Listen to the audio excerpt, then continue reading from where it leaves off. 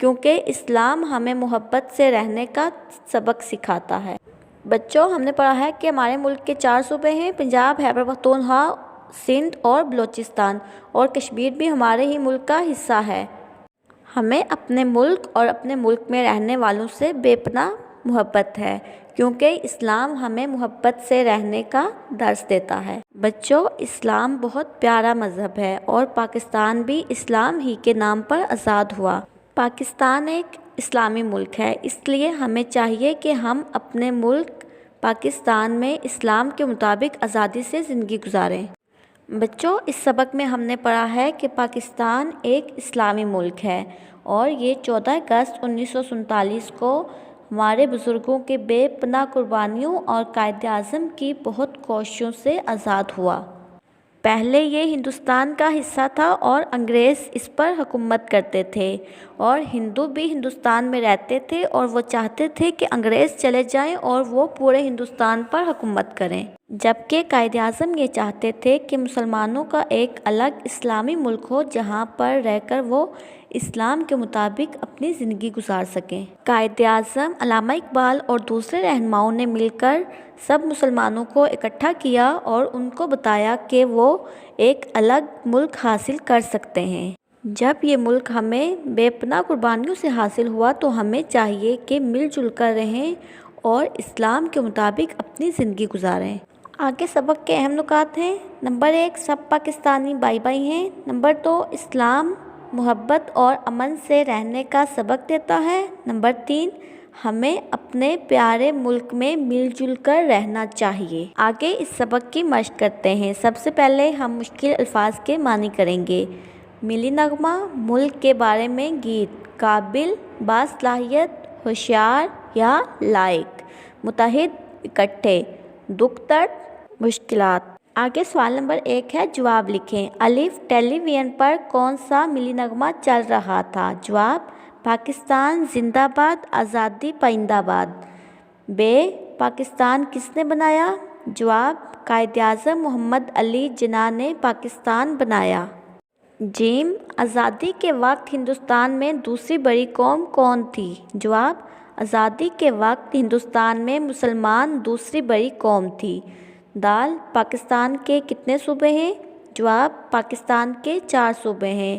ہاں، پاکستان کب آزاد ہوا؟ جواب، پاکستان 14 اگست 1947 کو آزاد ہوا۔ سوال نمبر 2 ہے، جملوں میں استعمال کریں۔ ٹیلی ویژن، آزادی، محنتی، منظر، محبت۔ ٹیلی ویژن، ٹیلی ویژن پر ملی نغمہ چل رہا تھا۔ آزادی، قائد اعظم نے ہمیں آزادی دلائی۔ محنتی، قائد اعظم بڑے محنتی انسان تھے۔ منظر، پاکستان کے منظر بہت خوبصورت ہیں۔ محبت، اسلام ہمیں محبت سے رہنے کا سبق سکھاتا ہے۔ آگے ہم ورک بک کرتے ہیں۔ سوال نمبر 1 ہے، خالی جگہ پر کریں۔ نمبر 1، پاکستان زندہ باد، آزادی ڈیش پائندہ باد۔ پاکستان زندہ باد، آزادی پائندہ باد۔ نمبر 2، ڈیش نے پاکستان بنایا؟ قائد اعظم۔ قائد اعظم نے پاکستان بنایا۔ نمبر 3، قائد اعظم نے مسلمانوں کو ڈیش کیا؟ قائد اعظم نے مسلمانوں کو متحد کیا، اس میں آتا ہے متحد۔ نمبر 4، ہم سب ڈیش ہیں؟ پاکستانی۔ ہم سب پاکستانی ہیں۔ 5، اسلام ہمیں ڈیش سے رہنے کا سبق سکھاتا ہے؟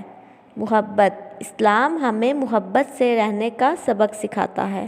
سوال نمبر 2، درست کے سامنے صحیح اور غلط کے سامنے غلط کا نشان لگائیں۔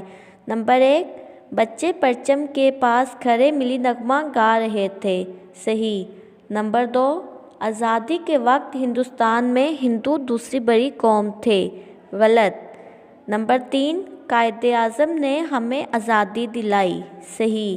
نمبر 4، پاکستان کے 6 صوبے ہیں۔ غلط۔ نمبر 5، کشمیر پاکستان کا حصہ ہے۔ صحیح۔ آگے ہم قواعد پڑھتے ہیں۔ قواعد میں واحد اور جمع ہیں۔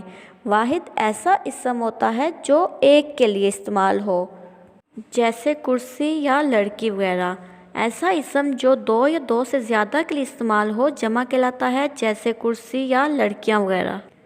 واحد کے بارے میں پڑھتے ہیں۔ ایسا اسم جو ایک کے لیے استعمال ہو واحد کہلاتا ہے، جیسے لڑکا، کتاب، ستارہ، میز، پہاڑ وغیرہ۔ اور وہ اسم جو دو یا دو سے زیادہ کے لیے استعمال ہو جمع کہلاتا ہے، جیسے لڑکوں، کتابوں، ستاروں، میزوں، پہاڑوں وغیرہ۔ آگے اس کا سوال ہے، مثال کے مطابق واحد کو جمع سے ملائیں۔ واحد ہے کمرہ، کمرہ کا ہوگا کمروں، حصہ حصوں، ملک ملکوں، انسان انسانوں، بچہ بچوں۔ آگے ہے نغمہ نغموں، انگریز انگریزوں، دریا دریاؤں، پرچم پرچموں، مسلمان مسلمانوں۔ آگے خوشخطی کے حروف ہیں الف، بے، پے، جیم، چے، دال، ڈال، رے۔ بچوں آپ نے ان حروف کی 3 بار مشق کرنی ہے اور اپنی لکھائی پر زیادہ سے زیادہ توجہ دیں۔ ہمارا یہ سبق ہم سب بائی بائی ہیں مکمل ہو گیا ہے۔